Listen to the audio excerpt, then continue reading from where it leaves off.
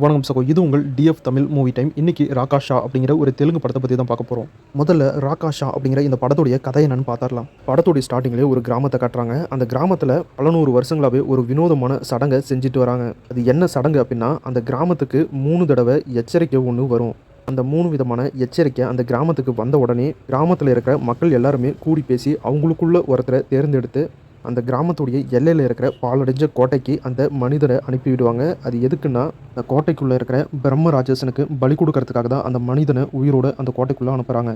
இந்த நரபலி காலகாலமாக அந்த ஊரில் நடந்துகிட்ருக்கு.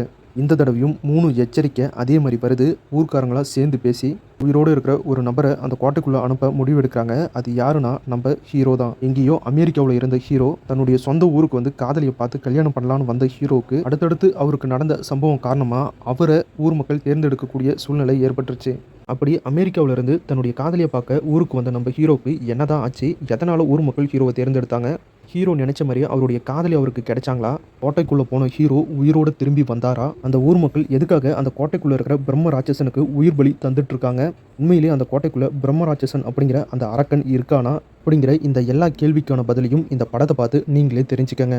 ஃபஸ்ட்டு இந்த படம் பார்க்கவே எனக்கு இன்ட்ரெஸ்ட் இல்லை. அதுக்கப்புறமா தான் இந்த படத்தை பார்க்க ஆரம்பித்தேன். படம் ஸ்டார்டிங்கில் ஏதோ சுமாராக தான் இருக்கும்னு நினச்சேன். ஆனால் போக போக படம் நல்லாவே இருந்துச்சு. படத்தில் ஹீரோ என்ட்ரி ஆனதுக்கப்புறம் இருந்து காமெடி சீன் ரொம்பவே சூப்பராக ஒர்க் அவுட் ஆச்சு. படம் ஃபுல்லாக ஹீரோ ட்ராவல் பண்ணுற எல்லா இடத்துலையுமே அந்த காமெடி சீன் சூப்பராகவே ஒர்க் அவுட் ஆயிருக்கு. படத்தில் வந்திருக்க அந்த ஃபேண்டசி எலமெண்ட்ஸ் எல்லாம் ரொம்பவே சூப்பராக இருக்குது. அந்த ஃபேண்டசி எலமெண்ட்ஸுக்கு அவங்க சொல்லியிருக்க காரணங்கள் சூப்பராகவும் இருக்குது, கனெக்டும் ஆகுது.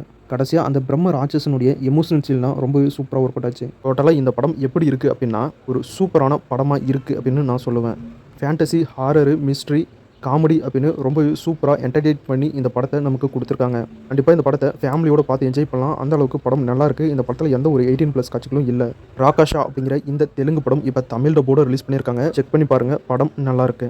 வீடியோ பிடிச்சா லைக் பண்ணுங்கள், நம்ம சேனலுக்கு தொடர்ந்து சப்போர்ட் பண்ணுங்கள், சப்ஸ்கிரைப் பண்ணுங்கள். அடுத்த வீடியோவில் இன்னும் ஒரு சூப்பரான படத்தோட மறுபடியும் உங்களை சந்திக்கிறேன். இது உங்கள் TF Tamil movie time. Thank you.